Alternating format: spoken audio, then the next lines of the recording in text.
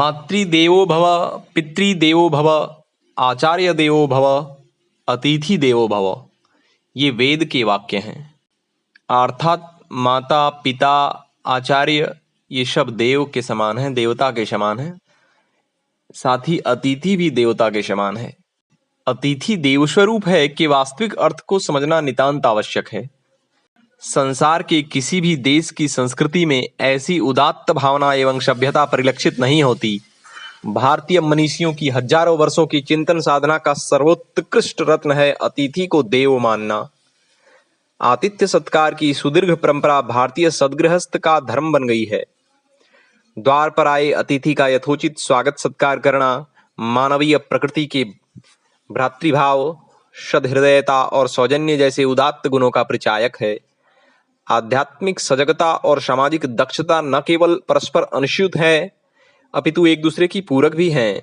अतः अतिथि सत्कार का धर्म और कर्तव्य के रूप में निर्वहन करना ही श्रेष्ठकर है। तैत्तिरीय उपनिषद की भृगुवल्ली तो आतिथ्य सत्कार को व्रत की संज्ञा देती है। उपनिषद का उपदेष्टा इसी आतिथ्य सत्कार व्रत की सिद्धि के लिए गृहस्थ को उद्बोधित करता है। तात्पर्य यह है कि गृहात अतिथि के सत्कार के लिए अन्न प्राप्ति हेतु प्रयास करे।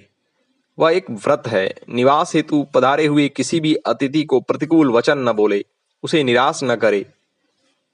महाभारत में महात्मा विदुर अतिथि रूप में आए भद्र पुरुष के आतिथ्य का क्रम समझाते हुए धृतराष्ट्र से कहते हैं, राजन, धीर पुरुष को चाहिए कि जब कोई सज्जन अतिथि के रूप में घर आए तो पहले आसन देकर एवं जल लाकर उसके चरण पखारे, फिर उसकी कुशल पूछकर अपनी स्थिति बताए, तदनंतर आवश्यकता समझकर उसे भोजन कराए।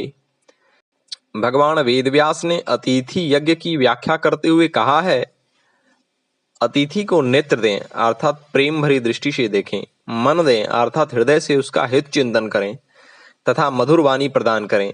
जब वह प्रस्थान करे तो कुछ पग उसके साथ जाए और जब तक घर रहे तब तक उसकी सेवा में निरत रहे। इस प्रकार 5 प्रकार की दक्षिणा से युक्त यह अतिथि यज्ञ है।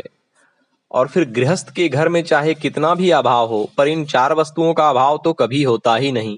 आसन के लिए तृण, बैठने को स्थान, जल और मधुर वाणी।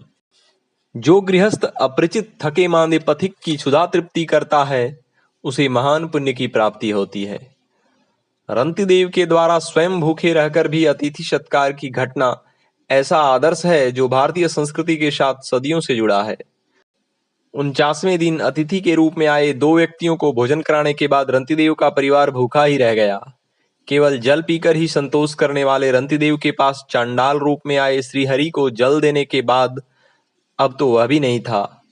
उनके मुख से सहसा कल्याण भावना के ये शब्द फूट पड़े, मुझे न अष्ट सिद्धियों की कामना है न मोक्ष की। मैं तो भगवान से यही कामना करता हूं कि मैं संपूर्ण प्राणियों के हृदय में स्थित होकर भोक्ता बनकर उनका दुख सहन करता रहूं। ओम।